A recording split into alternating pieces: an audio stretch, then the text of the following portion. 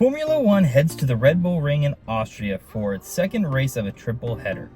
The circuit specs are 4.318 kilometers long, 71 total laps, and a total race distance of 306.452 kilometers.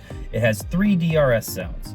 It's a shorter circuit with only 10 turns, but with the 3 DRS zones and a unique layout, there should be plenty of opportunities to overtake. One of the highlights of this track is drivers tend to pick up track limit penalties. Last year's race saw 7 different drivers pick up penalties, and Esteban Ocon received 4 himself. The stewards noted that teams need to take some sort of action for this track to prevent these track limit infringements. So I guess we'll find out this weekend if teams made any adjustments for this year's race. Hey yo, Chris here, and thanks for tuning into the Delta. We're going to be predicting this week's race in Austria. It's a unique track. I can't sit there and say I have a ton of knowledge about it outside of the little intro there you got. But it's still fun to predict the things that we do know and what we have seen throughout the season. First things first is I like to talk about the upgrades, and as of this recording, I didn't see anything that stood out. So if you want to subscribe or go follow me on Twitter, then if I find something, I'll post something on there. The link will be in the description. For the weather, it's going to be pretty warm. I've seen anything from high 70s to mid 80s. It's not necessarily comfortable weather to be sitting in a hot car for, but there's also some thunderstorms scattered throughout the weekend, so we might see the intermediate compounds come out at some point. It's also a sprint weekend, so shorter practices. Teams are going to have a little bit of less time to hone their car in for the feature race. So we'll see. It's going to be interesting, in my opinion, especially with the way McLaren and Red Bull have been battling it out. But let's get right into the predictions, and we will always start with the biggest loser. And I got Logan Sargeant again, unfortunately. It's more or less off of recency bias. Williams as a team performed pretty poorly there in Spain, but Logan Sargeant himself was putting almost embarrassing levels of track times. Like they're looking at the intervals there. He was 20 plus seconds behind P19.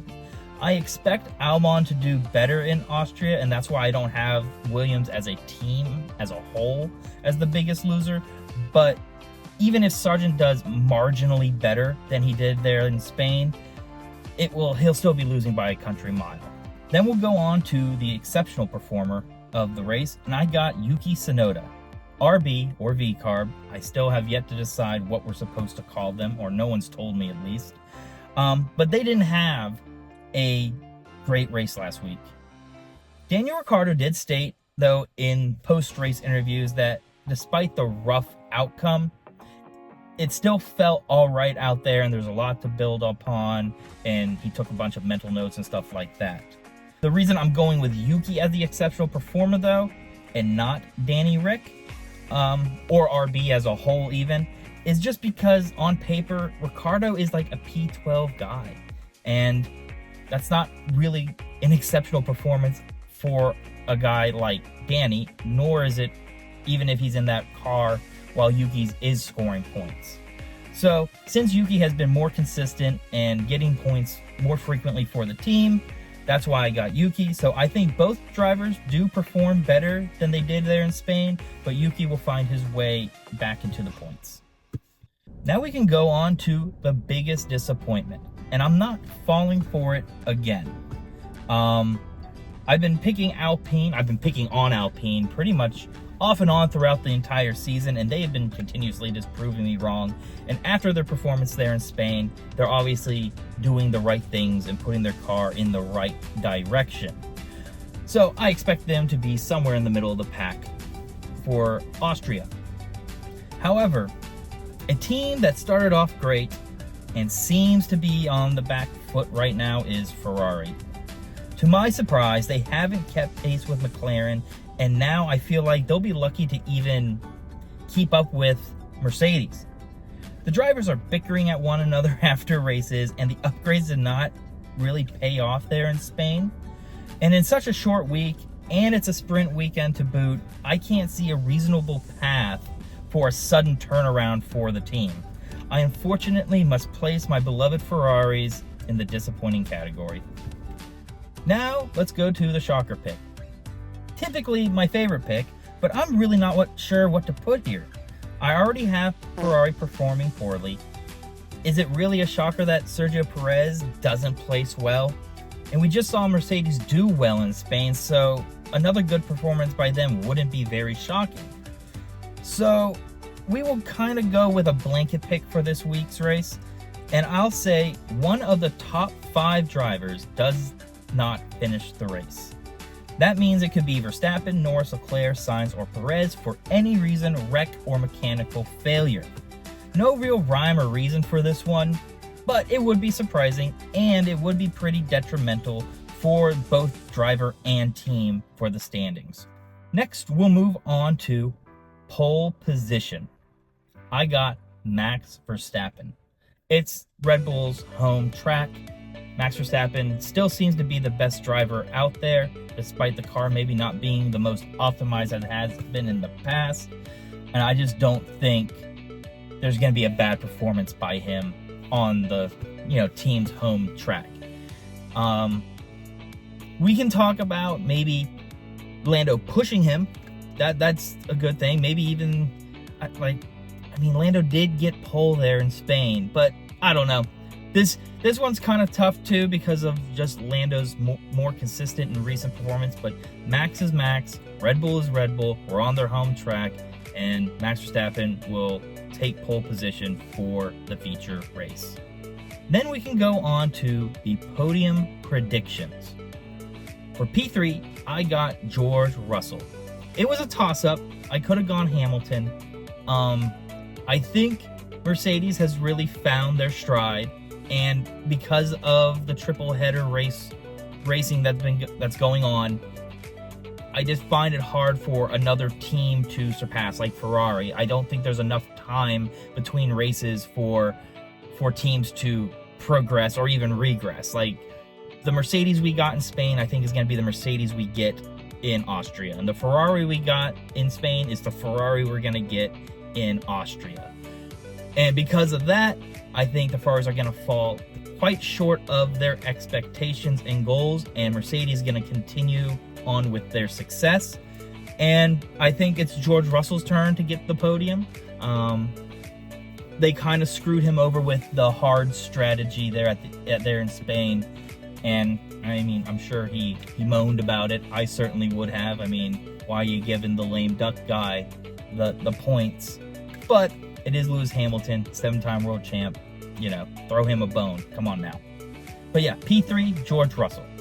For P2, I got Lando Norris. And the reason I got Lando Norris is because he tends...